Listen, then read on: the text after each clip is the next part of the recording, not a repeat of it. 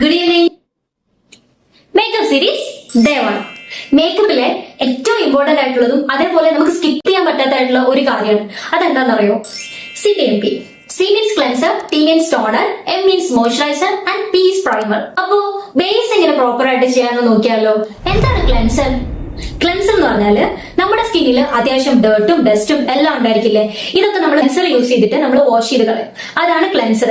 നമ്മുടെ സ്കിന്നിനെ പ്യൂരിഫൈ ചെയ്യാൻ വേണ്ടിയിട്ട് ക്ലെൻസർ ഹെൽപ്പ് ചെയ്യുന്നുണ്ട്.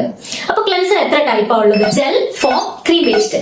ഈ ജെൽ ബേസ്ഡ് നോർമൽ ആയിട്ട് ഓയിലി സ്കിന്ന് അല്ലെങ്കിൽ ആക്നെ പ്രോൺ സ്കിന്നാണ് നമ്മൾ യൂസ് ചെയ്യുന്നത്. Form based oily, normal or combination സ്കിന്നിന് വേണ്ടിയിട്ടാണ് നമ്മൾ യൂസ് ചെയ്യുന്നത്. Cream based four dry and sensitive skin. ഇനി നമുക്ക് നമ്മുടെ മേക്കപ്പിലെ സെക്കൻഡ് സ്റ്റെപ്പിലേക്ക് വരാം. അതാണ് ടോണർ.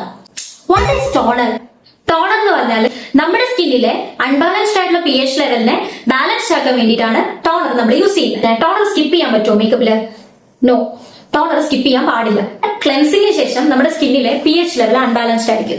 ഇതിനെ ബാലൻസ് ചെയ്യാൻ വേണ്ടിയിട്ടാണ് നമ്മൾ ടോണർ യൂസ് ചെയ്യുന്നത്. അതേപോലെ തന്നെ വേറെ കുറച്ച് ബെനിഫിറ്റ്സും കൂടെ ഉണ്ട്. മേക്കപ്പ് ലോങ് ലാസ്റ്റ് ചെയ്യാനും അതേപോലെ തന്നെ നെക്സ്റ്റ് സ്റ്റെപ്പിൽ നമ്മൾ അപ്ലൈ ചെയ്യുന്ന പ്രൊഡക്ട്സിനെ മോയ്സ്ചറോടെ റിസീവ് ചെയ്യാനും വേണ്ടിയിട്ടാണ് ടോണർ നമ്മളെ ഹെൽപ്പ് ചെയ്യുന്നത്. ഈ ടോണർ എങ്ങനെ അപ്ലൈ ചെയ്യുന്നത്? എന്റെ കയ്യിലുള്ളത് ഒരു സ്പ്രേ ടോണറാണ്.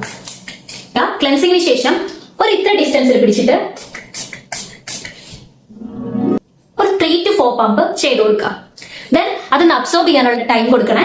ജസ്റ്റ് ഈ കൈ കൊണ്ട് ഒന്ന് ഡാബ് ചെയ്ത് കൊടുക്കുക. ഒരിക്കലും വൈപ്പ് ഓഫ് ചെയ്യരുത്, വാഷ് ഔട്ട് ചെയ്യരുത്.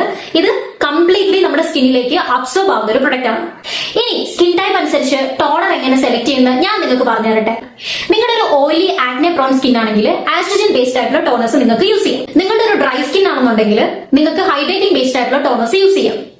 അപ്പോഴും ആൽക്കഹോൾ ഫ്രീ ആണെന്ന് നിങ്ങൾ ഉറപ്പുവരുത്തുക. സെൻസിറ്റീവ് സ്കിൻ ആണെങ്കിൽ സൂത്തിങ് ഇൻഗ്രീഡിയന്റ് ആയിട്ടുള്ള അലോവേര. ചില സ്കിന്നുകാർക്ക് കുറച്ച് അലർജിക് ആയിരിക്കും, അപ്പൊ അത് നോക്കിയിട്ട് നിങ്ങൾക്ക് യൂസ് ചെയ്യാം. ഇല്ലെന്നുണ്ടെങ്കിൽ റോസ് വാട്ടർ നല്ലൊരു ടോണർ ആണ് കേട്ടോ. എനിക്ക് ഒരുപാട് റിസൾട്ട് കിട്ടിയ കുറച്ച് ടോണേഴ്സ് ഉണ്ട്.